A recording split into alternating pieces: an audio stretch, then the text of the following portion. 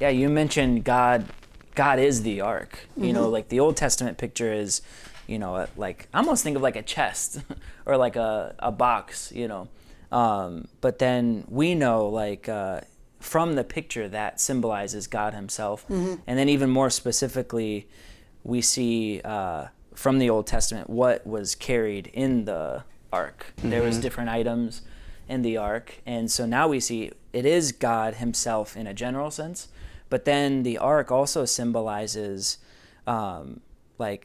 specific riches of God, riches of Christ, like attributes and attributes. even. Yeah, sure, yeah. So a couple of them, because of Aaron's rod is in the ark, right? His budded rod. So that symbolizes God's authority. What else? Like manna is in there, and so there's like food. How Christ can feed. What are some of the other ones? The gold. Oh yeah, the gold was like overlaid, right? So on the very outside there's gold, which symbolizes like Christ's divinity. The fourth one, I'm trying to remember. You said there was 6 earlier, right? I think there's There 6. is, yeah. The fourth, You can't look. the ark. It was made out of acacia wood, right? Right. The whole thing was made out of acacia wood, which symbolizes Christ's humanity. What's on top of it? The cherubim. Like how this is a quiz now. Quizzing Austin. The cherubim. Now repeat all those. Oh my gosh. The cherubim symbolize God's glory, right? Okay, and there's one more. No, you got 6. That's 6 fingers. Wait, no, I was touching these ones. Oh. Now I gotta. Here's the 6. It's the law, right? Yeah. The law. The Ten Ten Commandments. tablets, yeah. Yeah. And then that symbolizes like a righteous living. You could say a righteous living, God's standard. So, anyways, we see that God, in a general way, is there to bring all the people across the river, and then the priests are upholding the ark. And what that means is these priests, or I would even say for us, we're priests. A holy nation, a royal priesthood. So we are also people who are bearing something of God, but specifically we ourselves are constituted with the riches of Christ. And so maybe I'll just say it this way. How do we help others around us cross the Jordan? It's we ourselves are bearing the ark. We ourselves are constituted with the riches of Christ. So as I get to know the Lord in His humanity, I also become I don't know if I can say I become, but part of Christ's humanity is just wrought in me. And now my human existence is just higher. And so that's one example. But so we wanted to ask both of you, the question is, pick one or more of the attributes symbolized by the ark. Have you seen any of them demonstrated in other believers? So have you ever seen another believer where they definitely displayed something that was of Christ? Yeah, definitely. I can think of at least one time that stands out to me is I was in Tennessee to visit my mom and also visit my brother who was in the hospital. So while we were visiting my brother, we had to make a decision to pull life support on him.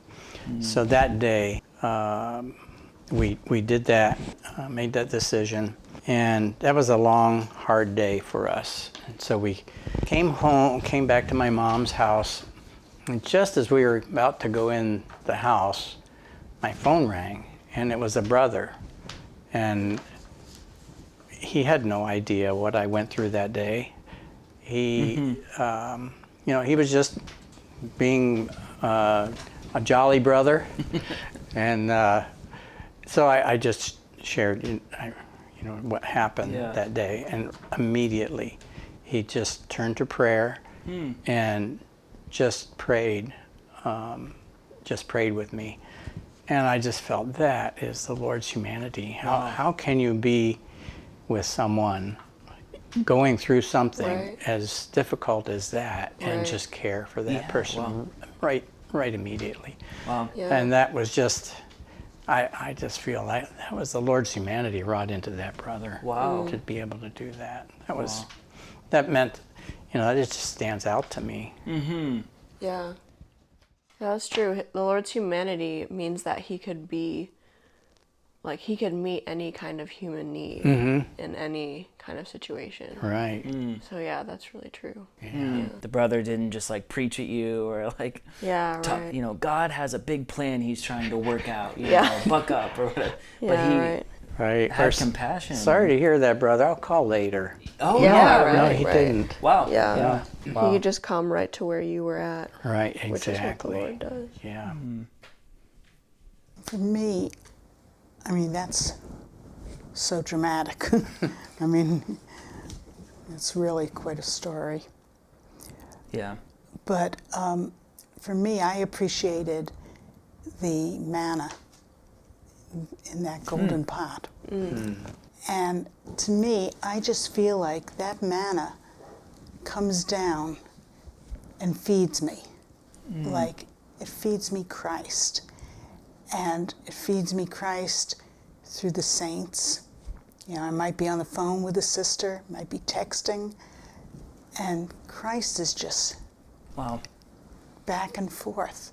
There might be prayer, we might be reading, but also every week there's manna that, quote, magically appears, usually on a Monday morning, saying, the weekly diet has been published. And that is such a feeding. Yeah. That's manna to me. Yeah. I feed on that, and what I appreciated is that it's not just one saint who's prepared that food, but there are a number of saints, and each one has a specific part Yeah. in Wow. preparing that. Yeah. It's my it's the word substance for that week. I can just feed on that. Amen. Another thing is like the acacia wood. I experienced that a lot in our small group meeting on a Thursday evening, where there a lot of different saints are in that meeting, and there's such a care for one another. One might be going through a difficult situation. Another one might be just having a real problem. No one is put down. There's always the bearing of one another. And Wow. I just appreciate seeing Christ in the humanity of the different saints in that meeting. Wow. There's always an encouragement. And with Christ, he's always encouraging us to go on. Yeah. And I feel like that Wow. in the meeting. Wow. I think the manna and the glory are the hardest for me to understand in this picture. Like, I understand manna being fed, but then how do you uphold the ark with manna in it? Yeah. Like, does it mean that you're feeding others as well? Or, because the humanity kind of makes sense. Like, we experience the humanity of Christ, and his humanity gets wrought into us. Yeah. And then with the manna, I don't know, maybe we experience the feeding, and then in turn we become someone who is feed like others. manna to other people, maybe, or can feed other people. Yeah, and, Yeah. oops. And then the glory is, that part is like, what does that mean? The cherubim, what does that even mean? Yeah. Yeah, I feel like I've been around brothers who kind of, I don't know, like express that manna part, or I don't know how to say really? it, but well, yeah, because so I've been by brothers that know how to like elevate me, really challenge me, but I don't think that's the manna, because in those times I don't know what that typifies in the ark, but those times it's just like I'm being stretched, and it's really good, but then I have been with brothers who I even walk away and I didn't learn a new lesson or take on a new challenge, but but I just feel like the Lord is there. I feel supplied, and That's we true. would use the word like nourished. Yeah, right. You feel Where I fed. just spent time with the brother, and somehow he fed me. I have a couple brothers in mind that when I spend time with them, they know how to just like nourish me, and they're not too worried about teaching me or something. But they just, and I want to be like that too. Some brothers that I'm with, Yeah, I same. want to be like that, where I know how to just feed them spiritually, and they can just grow slowly, just be fed in a Yeah. nourishing way. Yeah. Like you just become someone, when someone comes in contact with you, they also come in contact with spiritual food. Yeah, that's a great way to Without put it. even trying. It's a great way to put it.